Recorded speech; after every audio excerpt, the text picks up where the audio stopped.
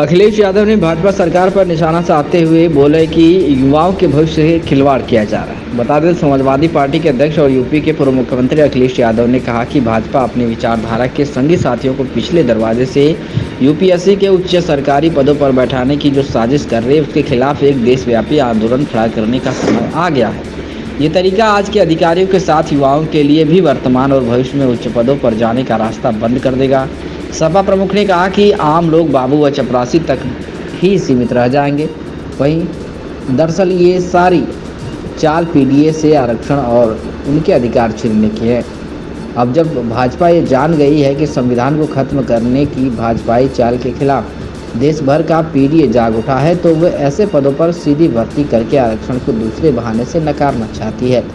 भाजपा सरकार इसे तत्काल वापस ले, क्योंकि ये देशभक्ति में नहीं है। भाजपा अपनी दलीय विचारधारा के अधिकारियों को सरकार में रखकर मनमाना काम करवाना चाहती है। सरकारी कृपा से अधिकारी बने ऐसे लोग कभी भी निष्पक्ष नहीं हो सकते। ऐसे लोग की सत्य निष्ठा पर भी हमेशा प्रश्न चिन्ह लगा रहेगा।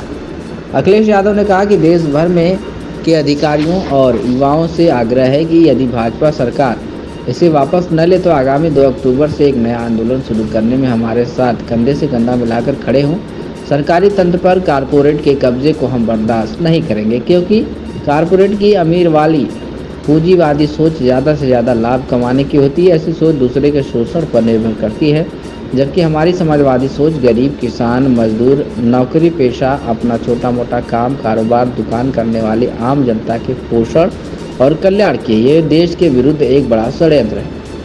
वहीं संघ लोक सेवा आयोग यूपीएससी की लैटरल एंट्री स्कीम का समाजवादी पार्टी के प्रमुख अखिलेश यादव और बहुजन समाज पार्टी की चीफ मायावती ने विरोध किया है। अखिलेश यादव ने सोशल मीडिया हैंडल पर इस पर पोस्ट पर लिखा है कि वो 2 अक्टूबर को यूपीएससी में लैटरल एंट्री स्कीम के खिलाफ बड़ा आंदोलन करने वाले हैं।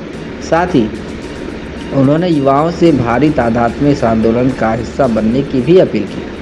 यूपीएससी ने लैटरल स्कीम से नौकरी की सीधी भर्ती निकाली है, जिसके खिलाफ अखिलेश यादव ने बीजेपी सरकार का जमकर विरोध किया। उन्होंने कहा कि भाजपा अपनी विचारधारा के संगी साथियों को पिछले दरवाजे से यूपीएससी के उच्च सरकारी पदों पर बैठाने की जो साजिश कर रही है, उसके खिलाफ एक देशव्यापी आंदोलन खड़ा करने का समय आ गया है। सपा प्रमुख ने आगे कहा कि ये स्कीम आज के अधिकारियों के साथ युवाओं के लिए भी वर्तमान और भविष्य में उच्च पदों पर जाने का रास्ता बंद कर देगा। Akhilesh Yadav PDA vote bank के जरिए यूपी में दोबारा सत्ता वापस हासिल करने में कामयाब रहे हैं।